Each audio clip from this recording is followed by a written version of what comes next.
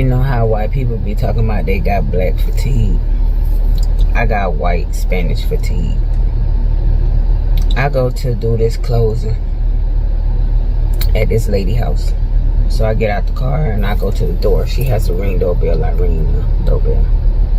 She answers. ¿Por qué tú estás en mi... ¿Qué tú quieres? ¿Por qué tú estás en mi casa? She said, what do you want? Why are you at my house? So I said, I'm here to do your loan closing in English. And she said, ¿qué tú estás diciendo? What are you saying? Yo no hablo inglés. ¿Tú no hablas español? I don't speak Spanish. Do you speak... No, I don't speak English. Do you speak Spanish? So I could continue to talk to her in English. I took out the papers out my bag so that she could see why I'm here. Okay, so when you go to do closings, you wear your own clothes. You don't have a badge that says you're a loan closing agent or a notary or whatever. You don't have that. But you do have the documents that the title company sent you that needs to be signed. So she says, yo no puedo creer que la gente te mandaron a ti a mi casa para firmar ningún papel. Ellos no me dijeron eso, porque yo le dije a ellos que yo quería una persona que habla español. So she says, I don't believe that the bank title company will send you here to sign no papers. I told them I needed somebody that speaks Spanish. So then I tell her, eso porque yo estoy aquí. Yo estoy aquí porque ellos me mandaron. No porque yo quería. So I said, I didn't come here because I wanted to. I came because they sent me. Bueno, yo no voy a firmar papeles contigo. So tú te puedes ir de mi casa ahora o voy a llamar a la policía. So she says, I'm not signing no papers with you. You can leave my house or I'm going to call the police. Baby, say less. Because guess what? These your papers for your loan. I ain't need no loan. My house paid for. I ain't need a loan. You did. And guess what? If you wait a certain amount of days and don't sign your papers, guess what happens? They have to start all over from the beginning. And hopefully your credit stand up. Because if it don't, guess what? They're going to deny that loan. But go ahead and go off. Goodbye. I got right in my car and left. Say less, honey. Say less. Good day. I don't know who y'all be thinking y'all is, but let me tell you something. My husband be saving a lot of y'all, because I supposed to been put my hands on some of y'all, because y'all is disrespectful for no reason. For real. And I'm this close, like for real. For real. Because you ain't doing me no favor. And guess what? I still got paid whether you sign. Preface this by saying this, right? I want Latin people to stop saying, oh, those don't represent all of us. They don't represent all of us. This young lady, right, basically does, she's a loan officer, right? She's going to go take a loan to this home, and they basically greet her with the most disrespect ever, saying that the bank would never send somebody like you. You know what I'm saying? And basically saying, oh, can you speak, you know what I'm saying, Spanish, yada, yada. And when you guys do these things, you don't understand. You guys are killing people's patience with y'all. Guys, remember that young lady in Texas when she had all those things to say on somebody else's Snapchat? That's why we all see you that way, because this is what y'all do when nobody's paying attention. This is what y'all be acting like when nobody else is watching. That's why it's most irritating when they say, oh, not all Latins are not ours. Yes, all y'all are ours. All of you guys do these microaggressive behaviors because y'all want to be white so bad, so bad. No matter how white you guys think that you get, no matter how much you change your name, no matter how much you choose to dial down your food, no matter what you do, they're never going to let you in the club.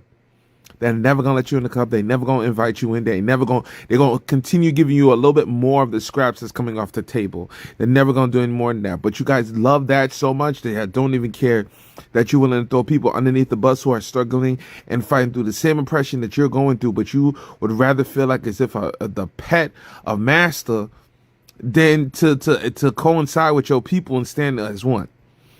Like, I knew it was bad, right? Is when the highest level of Latin whitewashing is probably if you meet Cubans. Miami Cubans, the worst. The worst. They have a little bit good, some of them are good, but just there's so many of them that are just terrible. Terrible people, because they want to be an 8x5x11 so bad that they will throw their own child underneath the bus. Literally. Not figuratively, literally. Like, share, comment, tell me what you think. I just watched the Afro-Cuban woman share that she went to a client's house to bring them their loan contract because that client needs a loan to buy a home, and they didn't receive her well. They basically said, we don't want you to bring us the contract. Okay. Let me tell you, here in Florida, the way these Euro white passing Latinos treat Afro-Latinos is absurd. You could be speaking to them in Spanish, perfect Spanish, and they'll speak back to you in broken English, like they don't understand anything you said to them. The way they love to throw that N-word around when they think you're an African-American person, and even when they don't know, and you're not trying to share with them that you're not African American. And there has been many instances in my life where I'm not going to tell them I'm Afro-Latino because I want to see exactly what they think about people of color, especially Black people. They will still treat you with disdain. I'm talking about you walking into their establishments or parking by their establishments, the dirty looks. I'm telling you, Euro white passing Latinos are no better than the people in America.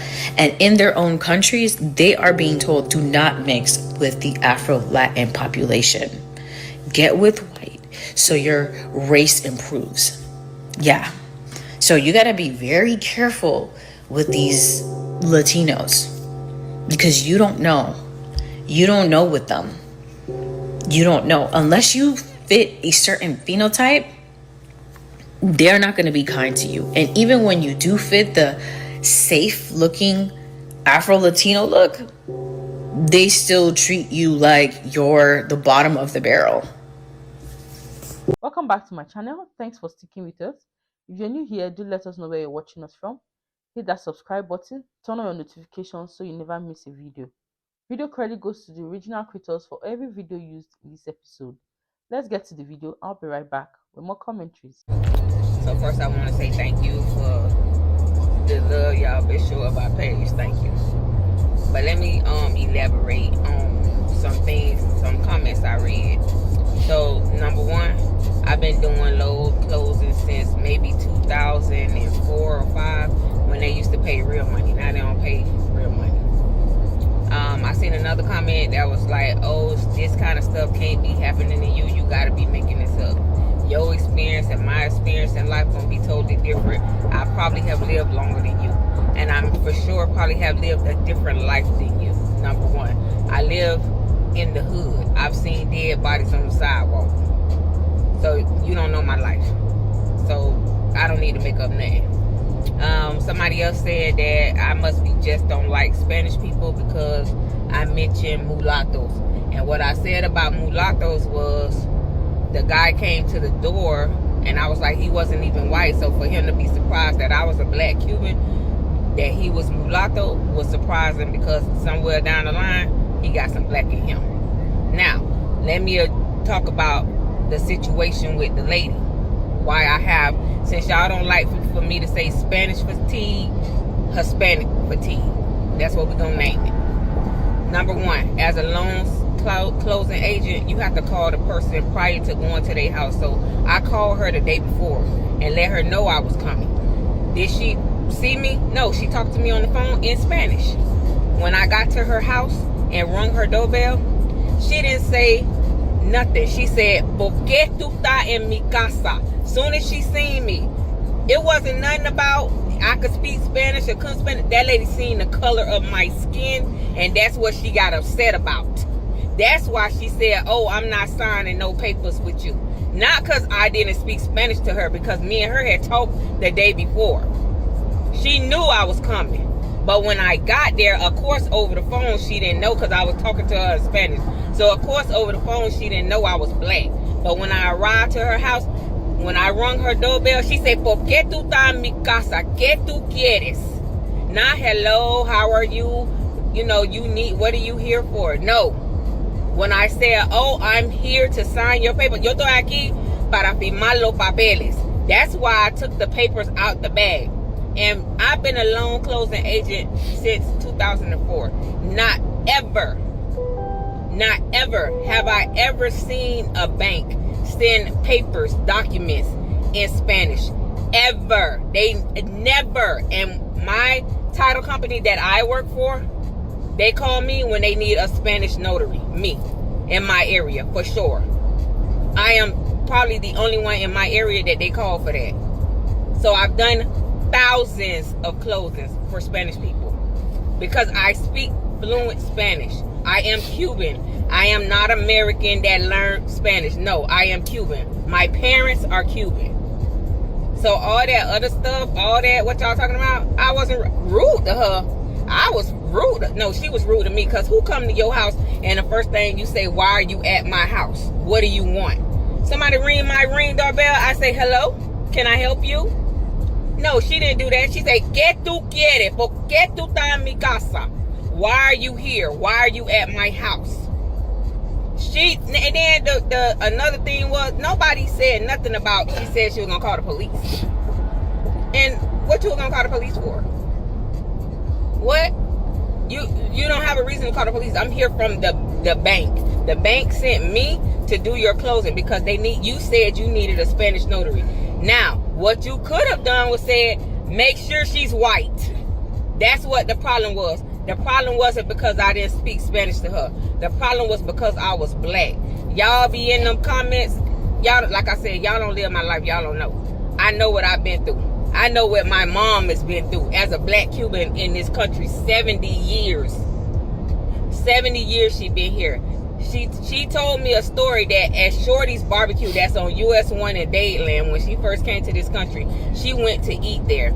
And they didn't care she spoke Spanish. They saw the color of her skin. They told her, honey, you got to go through the back door.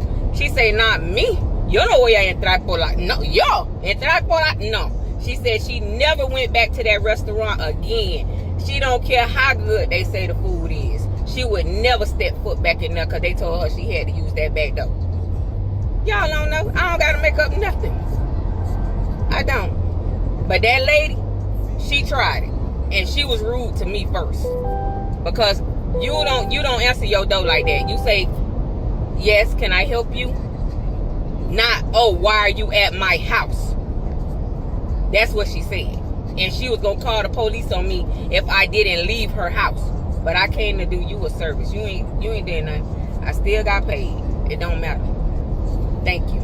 But see, I like when white people say that, though, because when they start saying, oh, I have fatigue, I'm fatigue under black people stuff, they say, oh, black fatigue. Because every time I talk about the truth, every time I talk about racism, anytime any black person talks about it, they get stressed out. It causes literal health issues for them. I'm fatiguing them. I want to keep fatiguing them. I'm causing real chronic elevated cortisol levels. Like they're in a constant state of high cortisol. That shit can kill you. It give you heart attack, hypertension, type 2 diabetes, neurological issues, dementia, stroke, autoimmune disease, increased cancer risk, organ failure. I want them to keep having fatigue. White people continue to be fatigued. I love that my existence is fucking you up, keeping you angry. It's keeping you up at night. You hate black autonomy. You hate that we do anything together. We can't even do things in our own community or for our own community or even talk to our own community without white people wanting to be involved in some way, shape, or form. They feel like they need to be involved. They have to. Like my social media don't show me white people at all. I don't see white people content. I don't see white people shit. But they somehow always find a way into our stuff. Always, they go looking for it. They type it in. Their algorithm searches for it because that's all they consume. They consume black media content. They look for that shit. Anything talking about race or, any of that black unity, black love. Here they come. Here they come. They know the truth, but don't want to accept the truth. They don't like when we talk about the truth. They want us to just everybody get along, equality. We should, if you just forget about race, it won't even happen. Race is a construct. Well, who created it? It's here now. This shit is embedded. Y'all created the system. The system is still running. We can't stop talking about it. We will never stop talking about it. So the fact that you have fatigue from us talking about it, I love that. I love it. I want you to keep being fatigued. Let me know I'm on your mind constantly to keep you in a constant state of stress. Even if you don't think you're in a constant state of stress, you are. Your brain is in a constant state of fight or flight. It never shuts off because you're feeling the massive cognitive energy it takes to actively fight off the truth. And your brain is working overtime to ignore the socio-legal reality that it's staring you in the face. You just continuously refuse to believe it. What's happening? I can't make this stuff up. I swear to God, I can't. So I just left from doing another closing. I'm in, what is it, Elysia City in the Rancher? Somewhere like that. It's a new development back there. So now I talked to this man yesterday. He called me yesterday. And when he called me, he told me he speak a little bit of English, but his wife don't speak no English. So number one, that's why they called me, because they needed a Spanish speaker. So I go, and me and him talked on the phone, and I told him what time I'll be there, whatever. When I get to his house, he lived like in Elysia City in some like new, I guess them are townhouses or something like that. And I ring the doorbell. He comes to the door and he says, yes. I said, I'm Angelita. He said, Angelita? I said, yes. He said, I'm here. I said, I'm here to do, the closing. He said, oh, okay, wow.